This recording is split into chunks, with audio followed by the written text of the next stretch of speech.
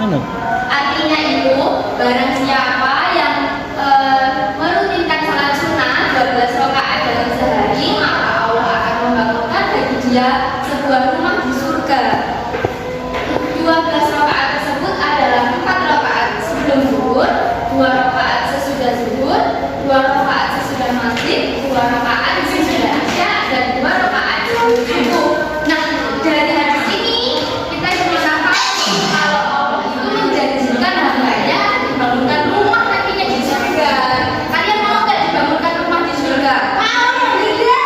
Nah, masalahnya nanti sholat subuhnya itu jangan bolong-bolong, terus juga kalian itu juga harus melaksanakan sholat sunnah juga, yang nantinya sama Allah itu dibangunkan rumah yang gede di surga. Nah, dari hadis itu kita juga tahu kalau salat sunnah wanita dan Quran itu ada berapa? Ada 2. Ada 5. Oh, 2 rakaat sebelum zuhur, 2 rakaat sesudah zuhur, kemudian 2 rakaat sesudah maghrib, 2 rakaat sesudah isya, dan juga 2 rakaat sebelum zuhur. Oh iya, 2 rakaat sebelum subuh.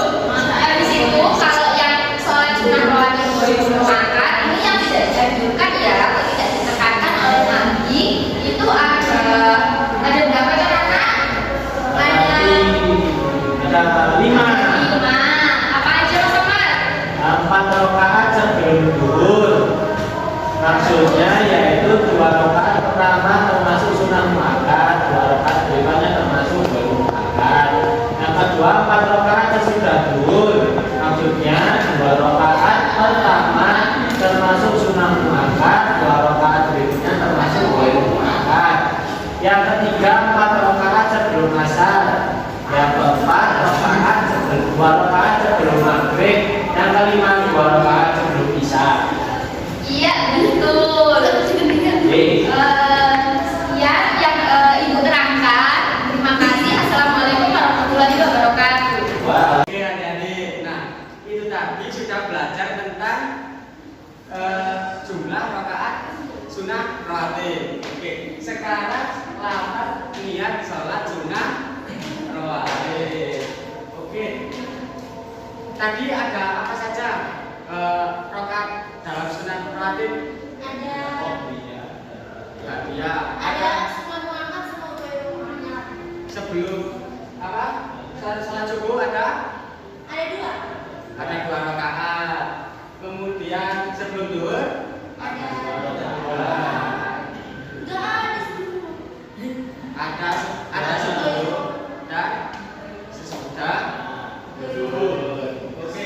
Nah, berikut ada niat sholat sunnah rawatib sebelum subuh. Bisa baca tulisannya? Bisa. Oke, Bapak ajarin dulu ya. Nanti sampai tirukan. Usolli sunnata subhi rak'ataini qabliyati mustaqbilal qiblati lillahi ta'ala.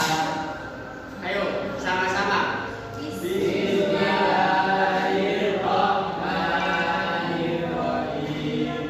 Usolli sunnatas subhi rak'ataini qabliyati mustaqbilal qiblati lillahi ta'ala. Yang artinya saya niat sholat sunnah sebelum subuh 2 rakaat dengan menghadap kiblat karena Allah Ta'ala. Selanjutnya niat sholat sunnah rawatib 2 rakaat sebelum zuhur. Niatnya usolli sunnatan zuhri rak'ataini qabliyati mustaqbilal qiblati lillahi ta'ala. Sama juga kalau niat sholat sunnah rakaat saya sudah zuhur. Kalau sudah zuhur, mari kita baca usolli sunnatan zuhri rak'ataini ba'diyati mustaqbilal qiblati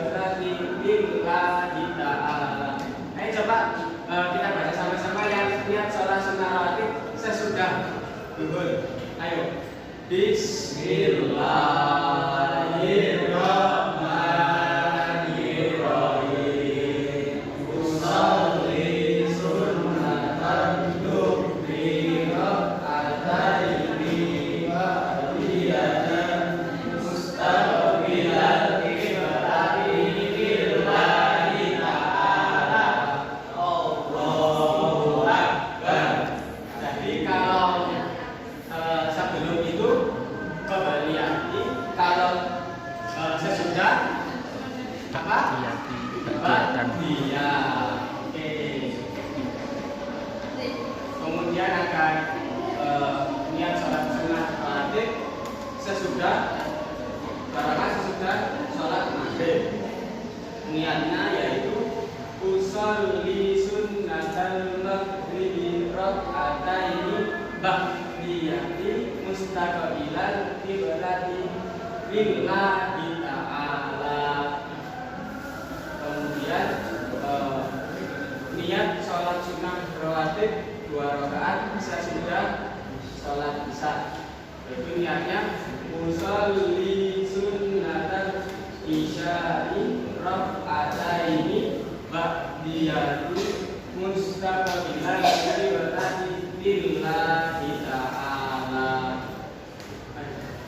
Jadi itu tadi niat sholat sunnah qobliyah dan ba'diyah. Oke, bisa dihafalkan untuk niatnya sholat sunnah rawatib ba'diyah dan qobliyah. Sekian materi yang saya sampaikan. Selanjutnya akan belajar dengan Pak Adi.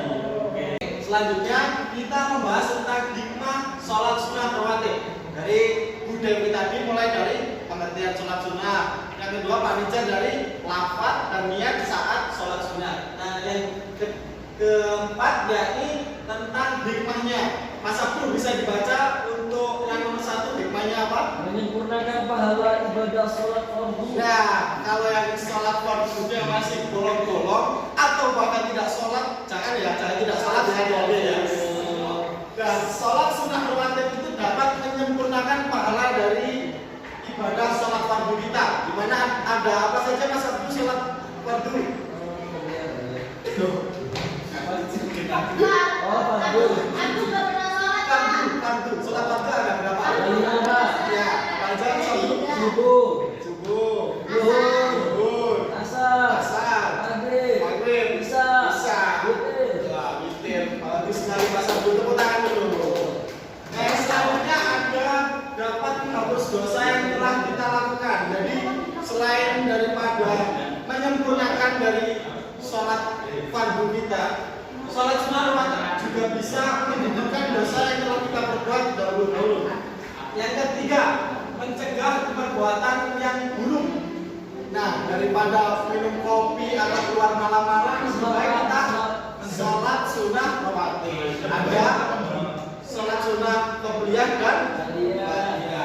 Yang keempat, bisa dibacakan Mbak Rena? Yang keempat apa isinya? Pahalanya lebih baik daripada dunia dan isinya. Nah, Sebelum subuh. iya. Tapi dibilang ke orang tuanya ya, jangan lupa sholat fardu ditambah sholat sunnah rawatib. Jadi jangan fokus bekerja, lupa sholat fardunya. Yang selanjutnya akan mendapat rahmat dari Allah. Dan yang terakhir, Pak Ulia bisa dibacakan? Rutin mengerjakan sholat rawatib 12 rakaat dalam sehari akan dikabulkan di surga. Di surga. Ya, seperti yang dikatakan oleh Bu Dewi tadi, bahwasanya jika kita rutin mengerjakan sholat sunnah rawatib 12 rakaat di dalam sehari, insya Allah akan dibangunkan rumah yang besar di surga. Nah, untuk materi selanjutnya akan dilanjutkan oleh Pak Mulki. Silakan Pak Mulki. Baik anak-anak, dari tadi Pak Ali, Bu Devi, dan Pak Izan sudah menjelaskan tentang penjelasan dan niat-niatnya serta tata caranya. Sekarang bagaimana sih cara kita agar membiasakan sholat sunnah rawatib? Tata cara pelaksanaan sunnah rawatib sama dengan sholat fardu, perbedaannya ada padanya pelaksanaannya. Selain itu sholat sunnah rawatib dikerjakan secara munfarid, yang artinya secara sendiri-sendiri, tidak dilakukan secara berjamaah. Dalam sholat sunnah rawatib tidak dinyaringkan. Mulai dari sekarang kalian membiasakan diri untuk melaksanakan sunnah rawatib sebelum dan setelah sholat fardu. Di sini ada hadis ya anak-anak, yang mana Rasulullah Muhammad SAW pertama kali perbuatan yang kita dihisab itu adalah ibadah sholat. Nah, sholat, maka jika kita sholat, jika sholat kita itu baik, maka amal yang lain-lainnya pasti akan dicatat baik. Nah, pada tiap antara dua azan dan iqamah ada sholat sunnah. Pada tiap azan dan iqamah ada sholat sunnah. Pada setiap azan dan iqamah ada sholat sunnah. Setelah mengatakan 3 kali, bagi siapa yang mengerjakannya. Ini hadis dari riwayat dari Bukhari dan Muslim. Selanjutnya, yaitu hadis tersebut memberikan pengertian bahwa kita dituntut untuk menyempurnakan dan memperbaiki sholat fardu kita, karena besok pada hari hisab amal manusia diteliti. Sholatlah yang menjadi tolak ukur baik dan buruknya amal kita. Apabila sholat kita baik, maka amal dan lainnya kita akan dicatat baik oleh Allah Subhanahu wa Ta'ala. Begitupun sebaliknya. Oleh karena itu kita disyariatkan, diperintahkan atau disyariatkan mengerjakan sholat sunnah setelah syariat sholat fardu. Jadi kita utamakan sholat fardu ya anak-anak sebelum kita membiasakan sholat sunnah. Ini Pak. Nah, adapun perintah mengerjakan sholat sunnah qobliyah dapat kita simpulkan dari hadis tersebut, yaitu lafaz setiap